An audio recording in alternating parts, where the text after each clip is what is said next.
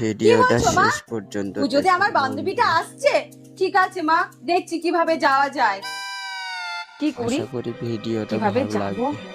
আমি যেতে চাইলে তো আবার দিদিও যেতে চাই।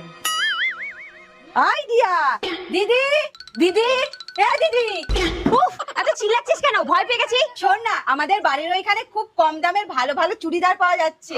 ও তাই? তাহলে নিয়ে আয়। আরে যাবো কিভাবে? শাশুড়ি তো যেতেই দেবে না। ঠিক আছে তুই যা, আমি শাশুড়িকে বলবো বাড়ির সব কাজ আমি করে দেবো। ঠিক আছে, আমি তাহলে কালকে ভোর ভোর বেরিয়ে যাব। ঠিক আছে।